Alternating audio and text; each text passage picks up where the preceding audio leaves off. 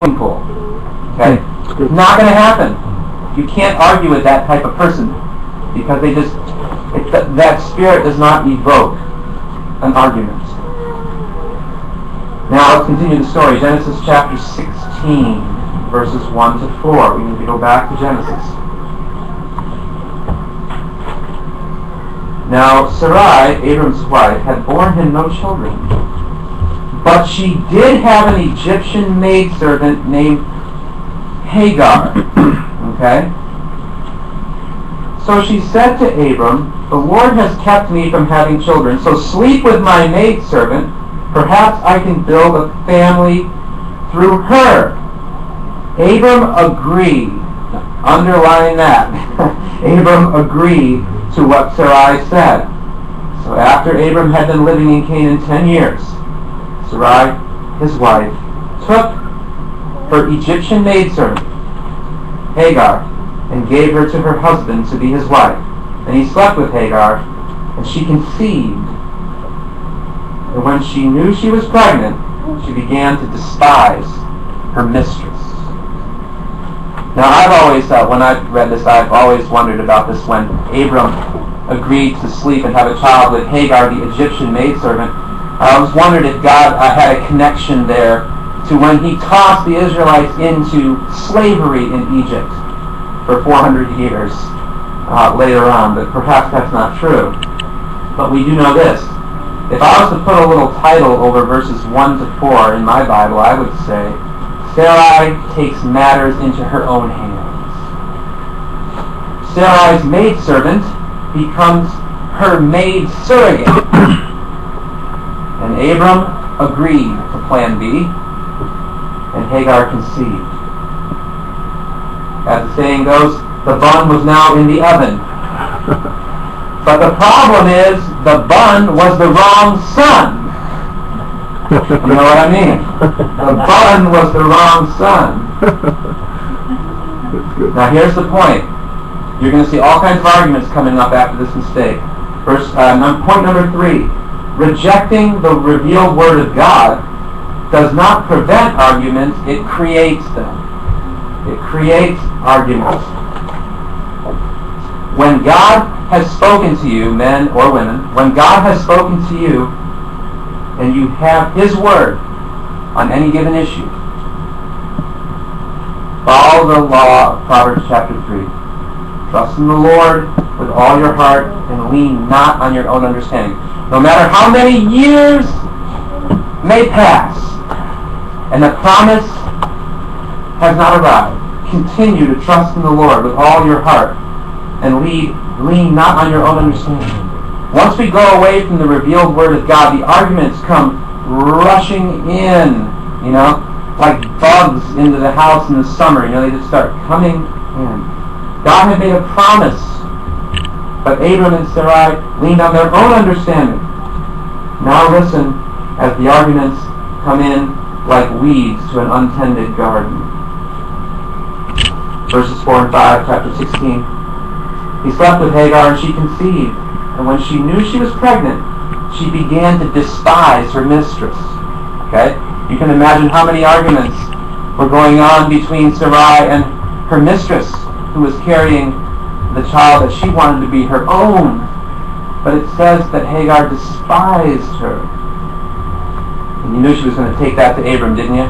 Verse 5. Then Sarai said to Abram, now this sounds like an argument to me.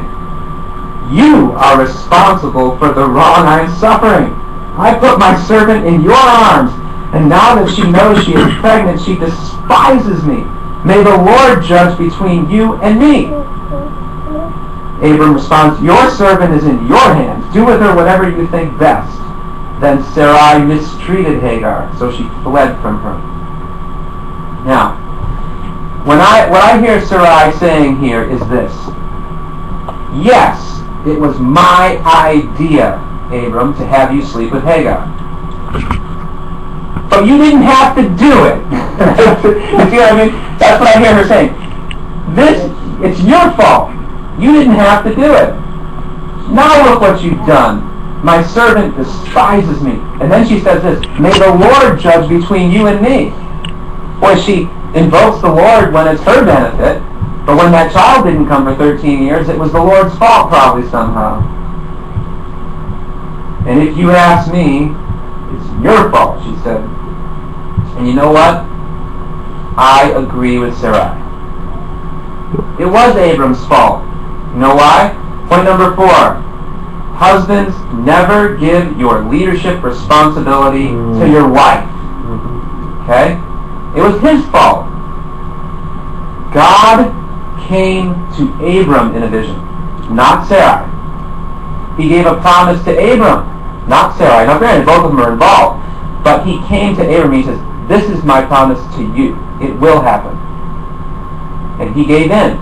His wife was badgering him probably for a long time, and finally he slept with another woman, the maidservant, and had a child, the wrong son. Okay?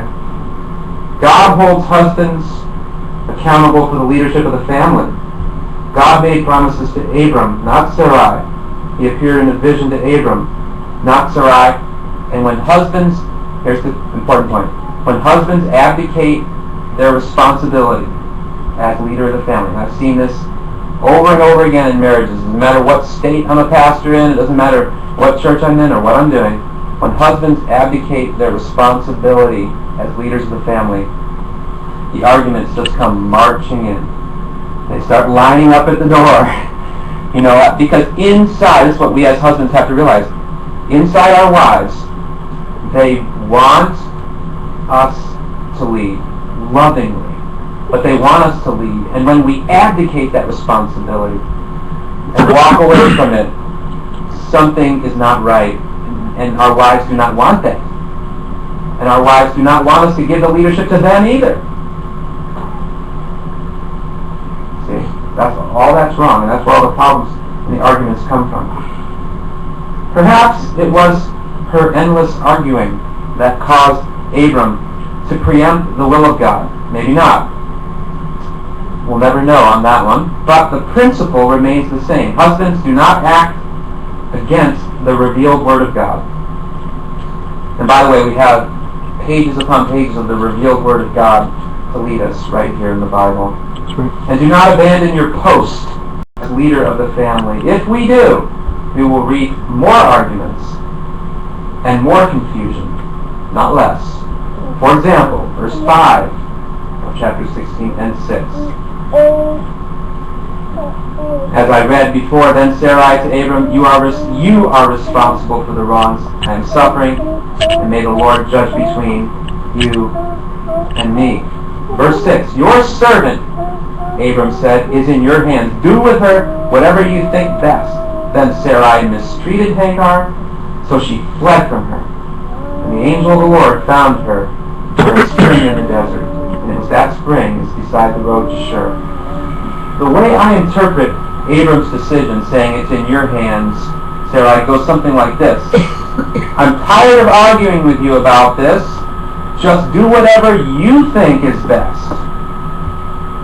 Now, reading between the lines, like your great idea, Sarai, to have me impregnate this woman in the first place.